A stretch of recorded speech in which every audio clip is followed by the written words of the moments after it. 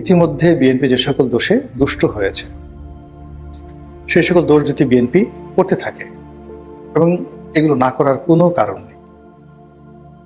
সায়দাবাদের চাঁদাবাজি, গাবতলীর চাঁদাবাজি, তারপর মহাখালীর চাঁদাবাজি, কারণ বাজারের চাঁদাবাজি নিশ্চয়ই তারা আওয়ামী লীগের হাতে তুলে দেবে না, জামাতের হাতে তুলে দেবে না। সম্মানিত দর্শক,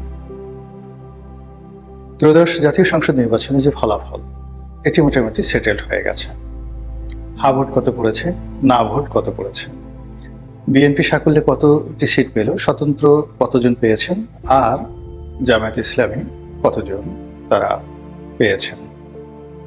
তো সার্বিক ভোটের ফলাফল যাই হোক না কেন, ভোটের আগে জামাত নিয়ে মানুষের একটা মিথ তৈরি হয়েছিল, ভয়ঙ্কর একটি মিথ। আর সেই মিথটি ছিল জামাতের সঙ্গে দিল্লির একটা খুব ভালো যোগাযোগ হচ্ছে, দিল্লির কর্তা ব্যক্তিরা জামাতের আমিরের সঙ্গে এসে দেখা করেছেন, জামাতের আমিরও লন্ডনে গিয়ে দিল্লির কর্তা ব্যক্তির সঙ্গে দেখা করেছেন, ফলে জামাত যদি ক্ষমতায় আসে দিল্লি আপত্তি করবে না। দ্বিতীয় যে বিষয়টি ভয়ঙ্করভাবে ছড়িয়ে পড়েছিল, সেটি হলো আমেরিকা তারা জামাতের ব্যাপারে গ্রিন সিগন্যাল দিয়েছে। জামাত ক্ষমতায় আসুক, ক্ষমতা পরিচালনা করুক, এটা আমেরিকা চাচ্ছে। অন্যদিকে ব্রিটিশ রাষ্ট্রদূত এবং ইউরোপীয় ইউনিয়নের যারা রাষ্ট্রদূত, তারাও জামাতের ক্ষমতা আরোহণ নিয়ে বেশ দৌড়ঝাঁপ করছিল। কখনো দিল্লি যাচ্ছিল, কখনো লন্ডন যাচ্ছিল, কখনো ব্রাসেল যাচ্ছিল। আর রাষ্ট্রদূতদের এই তৎপরতার সঙ্গে তাল মিলিয়ে দেশের যারা ব্যবসায়ী, আমলা কামলা, তারা সবাই মগবাজারে জামাতের অফিসে ভিড় জামাচ্ছিল। অবস্থা দৃষ্টি মনে হচ্ছিল যে জামাতের আমির ডক্টর শফিকুর রহমান মূলত আমিরুল মুমিনিন হতে চলেছেন, মুসলমানদের নেতা হতে চলেছেন।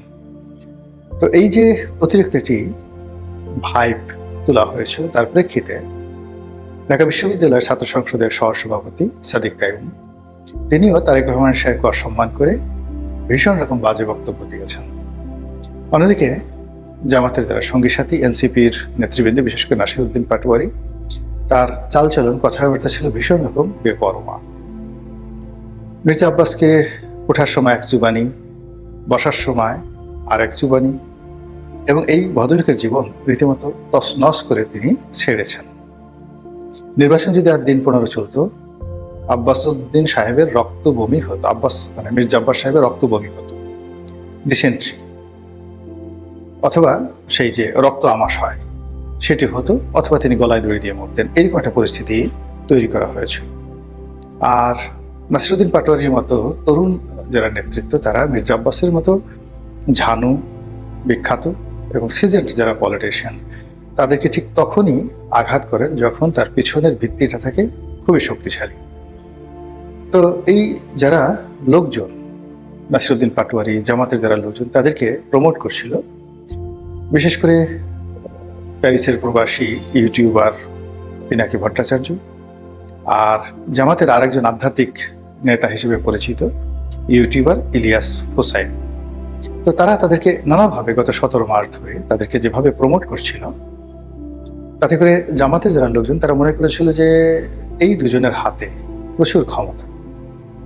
আর সেই দুজনও, ইলিয়াস এবং পিনাকি, তারা দুজনে, যদিও তাদেরকে সবাই ইল্লু এবং পিঙ্কু হিসেবে ডাকেন, তো যেহেতু এই প্রথমবার আমি তাদের নাম উচ্চারণ করে ভিডিও করছি, তাই নামের বিকৃতি না করে আমি তাদেরকে ইলিয়াস এবং পিনাকি হিসেবে সম্বোধন করছি। তো পিনাকি এবং ইলিয়াস, তাদের দুজনের যথেষ্ট আত্মবিশ্বাস জন্ম নিয়েছিল যে বাংলাদেশে তাদের কোটি কোটি ফলোয়ার আছেন, তারা বাংলাদেশে আসলে যে কোনো রাজনৈতিক পরিস্থিতি উল্টে যাবে, এবং তারা যদি বিএনপির বিপক্ষে যায়, বিএনপির রাজনীতি শেষ, জামাতের পক্ষে যদি তারা অবস্থান নেয়, তাহলে জামাতের রাজনীতি নতুন করে শুরু হবে। তো এরকম একটা ভাইব চলার কারণে ইন্টারনেটে এবং সোশ্যাল প্ল্যাটফর্মে জামাত সম্পর্কে নানা রকম ওভার এস্টিমেট যেটিকে বলা হয়, সেটি ছড়িয়ে পড়তে লাগলো এবং সবাই ধরে নিল জামাত ক্ষমতায় আসবে। প্রথমত জনপ্রিয়তা তাদের ব্যাপক হারে বেড়েছে, দ্বিতীয়ত তরুণ ভোটাররা, যেহেতু এনসিপি তাদের সঙ্গে যুক্ত আছে, সবাই জামাতকে ভোট দেবে, আর তৃতীয়ত যারা নারী ভোটার আছেন তারা দিবেন, আর ইসলামপন্থী যে সমস্ত মানুষ, ধর্মকর্মে বিশ্বাসী, সৎ মানুষের শাসন চায় এবং টাউট বাটপার বদমাইশদেরকে পছন্দ করে না, তারা জামাতকে ভোট দেবে। কাজে জামাত ক্ষমতায় আসছে। কিন্তু শেষমেশ যখন রেজাল্ট আউট হলো, রেজাল্ট আউটের হওয়ার পরে দেখা গেল জামাত ভালো করেছে। অতীতের তাদের মানে যতগুলো ইলেকশনে তারা অংশগ্রহণ করেছে, সব ইলেকশনে তারা যত প্রার্থী তাদের পাশ করেছিল, সব প্রার্থীর যোগফল একত্র করলেও এইবার তারা যে বিপুল সংখ্যক সংখ্যাগরিষ্ঠতা পেয়েছে, এটা ইতিপূর্বে কখনো হয়নি। তো সেই দিক থেকে যদি আপনি ধরেন যে জামাত ক্ষমতায় যেতে পারছে না বা সরকার গঠন করতে পারছে না, এটি তাদের একদিকের পরাজয়। আর অন্যদিকে যদি আপনি চিন্তা করেন যে জামাত যে সংখ্যক আসন পেয়েছে, সেই সংখ্যক আসন তারা জীবনে কোনোদিন পায়নি, সেই দিক থেকে এটি তাদের একটা বিজয়। এখন এই বিজয়ের যে আলটিমেট গোল কি? আলটিমেট গোল হলো তারা যদি এই বিজয়টিকে ধরে রাখতে পারেন এবং তারা যে কারণে এই বিজয় লাভ করেছেন, মূলত তাদের সততার জন্য, তাদের নম্রতার জন্য, তাদের ভদ্রতার জন্য, এই সুনামটা যদি তারা অব্যাহত রাখতে পারেন এবং একই সঙ্গে তাদের যারা প্রতিপক্ষ বিএনপি, ইতিমধ্যে বিএনপি যে সকল দোষে দুষ্ট হয়েছে, সেই সকল দোষ যদি বিএনপি করতে থাকে এবং এগুলো না করার কোনো কারণ নেই।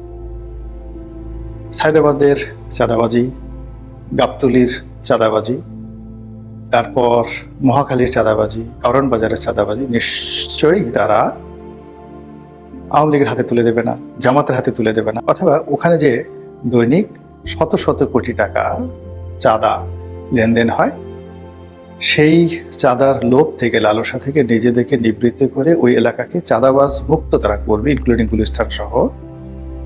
যদি স্বয়ং আল্লাহ রাব্বুল আলামিন তাদেরকে জিব্রাইল ফেরেশতা পাঠিয়ে আলাদা হেদায়েত দান করেন, তাদের সিনা ফাঁক করে সেই সিনার মধ্যে থেকে যত দূষিত রক্ত বের করে নেয়, সিনা সাক করে, তাহলে হয়তো সম্ভব। আদারওয়াইজ স্বয়ং তারেক রহমান সাহেব তো দূরের কথা, স্বয়ং বেগম জিয়া, তারপর শহীদ প্রেসিডেন্ট জিয়াউর রহমান সবাই এসেও যদি এই বিএনপির নাম ব্যবহার করা দুর্বৃত্তদেরকে হাতে পায়ে ধরেন, তবুও তারা এই কুকর্ম থেকে নিজেদেরকে নিবৃত্ত করবে না।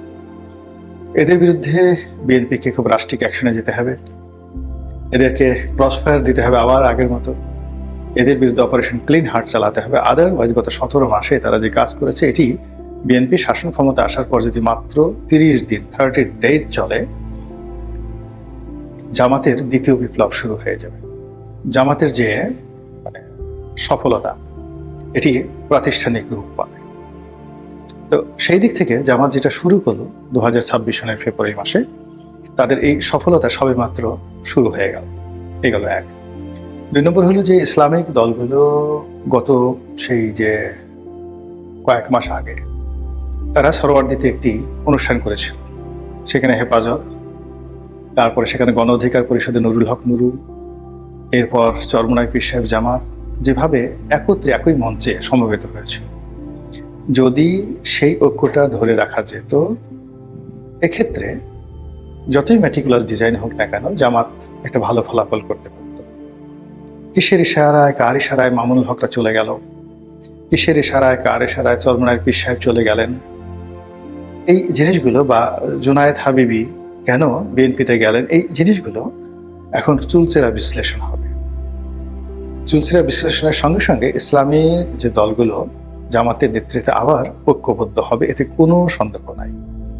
এবং সকল ইসলামিক দলগুলো যদি পার্লামেন্টের বাইরে জামাতের নেতৃত্বে একত্র হয়, আর যেহেতু জামাত এখন পরীক্ষিত বিরোধী দল, প্রধান বিরোধী দল, পরীক্ষিত তাদের যে নেতৃত্বের ক্ষমতা, এটি অন্যান্য ইসলামিক দলগুলো এখন আর চ্যালেঞ্জ দিতে পারবে না। এখন কোনো অবস্থাতেই চরমোনাই পীর সাহেব বড় কথা বলতে পারবেন না। তো সেই অর্থে যদি জামাতের নেতৃত্ব মেনে নিয়ে একটা বৃহত্তর মোর্চা হয়ে পড়ে বিরোধী দলে, আর পেছন দিক থেকে যদি আওয়ামী লীগ বাতাস দেয়, তাহলে সরকারের জন্য রাষ্ট্র চালানো কঠিন বিষয় হয়ে পড়বে এবং জামাতের দাবিদারি করা ছাড়া মূলত তখন সরকারের আর কোনো ওয়ে থাকবে না।